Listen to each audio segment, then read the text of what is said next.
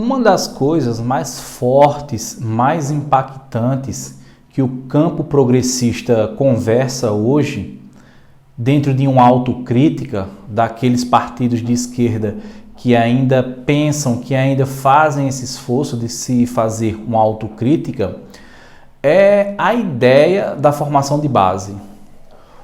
Uma das perguntas é o porquê que os partidos progressistas ou os partidos de esquerda abandonaram a formação de base. E a outra pergunta é por que é que nesse momento completamente desfavorável para a esquerda, para o campo progressista, dentro de um embate mais direto, por que é que a formação de base ela não entra dentro de um debate mais acalorado? Ela não entra dentro da pauta imediata. Porque a partir do momento em que se pensa em uma formação de base, em uma formação de quadros, nós temos uma perspectiva que para os próximos 10, 15, 20, 30, 40 anos, nós teríamos um grupo, um partido, enfim, seja lá o que você queira chamar, um grupo de vanguarda que viesse a trazer elementos para um debate mais propositivo e que nós teríamos uma linha ideológica muito bem definida a partir do momento em que essa base, sendo construída hoje, ela estaria totalmente alicerçada para as próximas décadas. Hoje, acredito que o único grupo, o único movimento, e aí a gente engloba partidos políticos, que tem um trabalho de base verdadeiramente é o MST. Me falha a memória, além do MST, algum outro partido político, algum outro movimento que tenha o trabalho de base como sendo uma das suas ferramentas prioritárias. E eu trago esse debate aqui por causa de alguns elementos que eu vou colocar aqui com vocês por partes. O primeiro é o seguinte: nós vivemos hoje em um mundo onde que a comunicação virtual ela tem uma força, ela tem um poder gigantesco. Então nós temos aí a vitória do Bolsonaro, nós temos a vitória de vários governadores, uma série de deputados que venceram as eleições justamente utilizando a ferramenta virtual, utilizando os canais, utilizando as mídias sociais. E isso fez com que vozes começassem a chegar em locais que jamais era imaginado que essas vozes pudessem chegar. E uma vez essas vozes alcançando pessoas frágeis, pessoas com ideias desconectadas, e chega um discurso fácil, chega um discurso prometendo resolver os problemas de uma forma muito simples, essas vozes, elas começaram a ganhar outros ecos, e aquele camarada lá, aquele candidato que se utilizou das mídias sociais para tentar se fortalecer no campo político, conseguiu uma efetividade da realização do seu objetivo de forma gigantesca. E aí eu chamo a atenção para um ponto.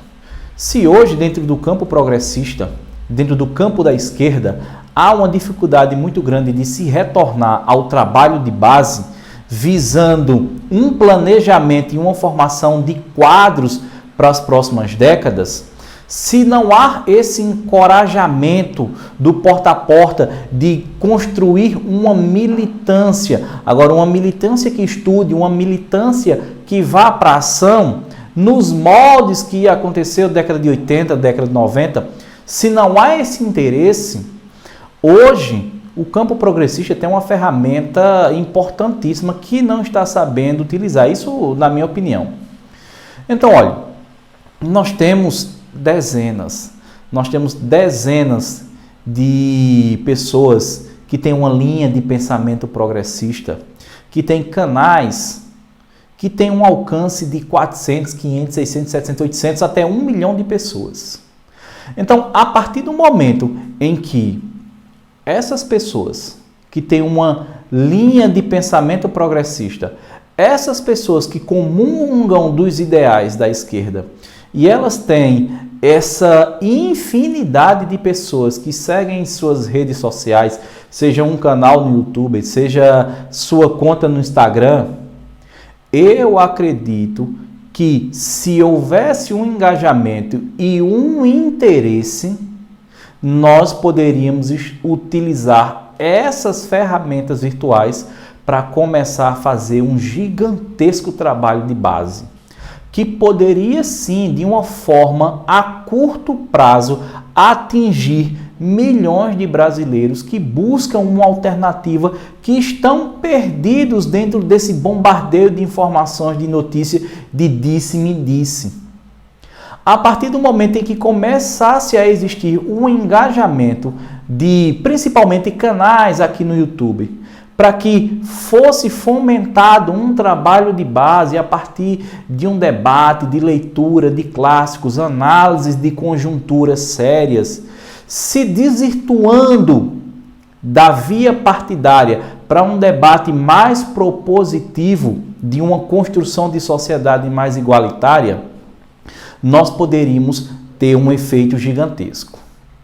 Ao invés disso, o que é que nós temos? Uma infinidade de pessoas que se dizem do campo progressista, que tem centenas e até milhões de seguidores, mas a briga por espaço, por um inscrito, para uma curtida, para monetização, enfim, para interesses pessoais, vai além de um interesse coletivo.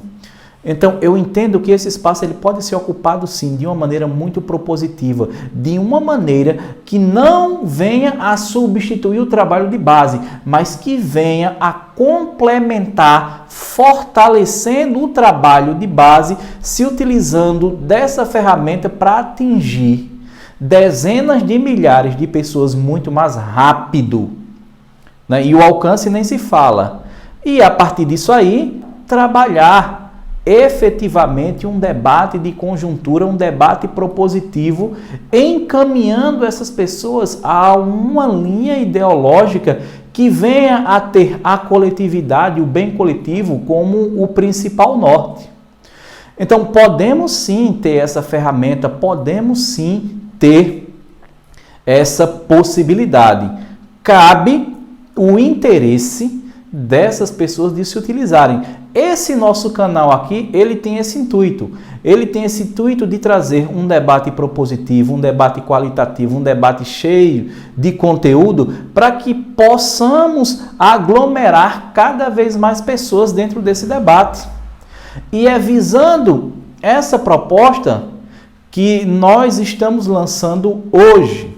Nós estamos lançando hoje uma série que nós vamos criar aqui nesse canal, que tem como um título.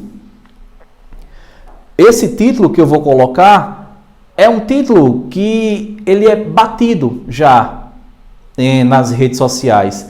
Contudo, esse título ele tem uma justificativa, que essa justificativa nos dará a condição de fazer aqui um debate amplo e fazer um debate no qual a figura do Olavo de Carvalho seja de fato desconstruído. Então a série que nós vamos lançar aqui tem como título Desconstruindo Olavo de Carvalho. E para isso, além das minhas análises diárias, além das minhas publicações acerca da movimentação política que vem acontecendo, essa série ela vai contar com vários colegas, professores, acadêmicos, que têm formações muito específicas nas temáticas que nós vamos discutir aqui dentro dessa ideia de desconstrução de Olavo de Carvalho. Foi-se o tempo, pessoal, de estar com gracinha, com gracejo, de levar o Olavo de Carvalho na brincadeira. É necessário uma desconstrução técnica e científica. Como exemplo, conceitos como muito citado aí como globalismo, como marxismo cultural, pensamento antifreiriano, negacionismo climático. Então nós vamos ter aqui colegas acadêmicos muito bem embasados que vamos começar a travar um debate desconstruindo todas essas asneiras que ganhou força e uma popularidade sem proporções no Brasil.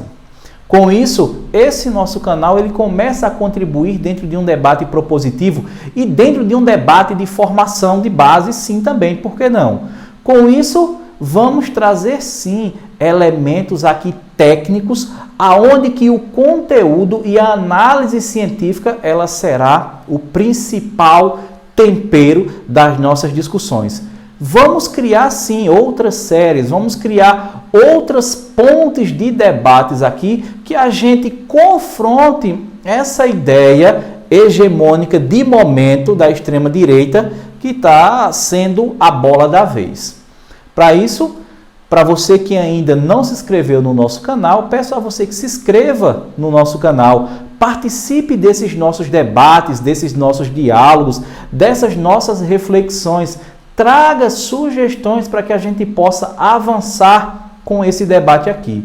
Então, repetindo, vamos criar a série que em muito breve nós estamos lançando ela, Desconstruindo Paulo Freire, a partir dos conceitos que são pilares do olavismo, trazendo pessoas para que esse debate cada vez mais fomente a curiosidade e para que a gente possa avançar e tornar, assim, hegemônico dentro do debate do campo político. Então, agradeço a você mais uma vez por ter assistido o nosso vídeo e mais uma vez, se não é inscrito, se inscreva no nosso canal, participe e contribua. Até o próximo vídeo.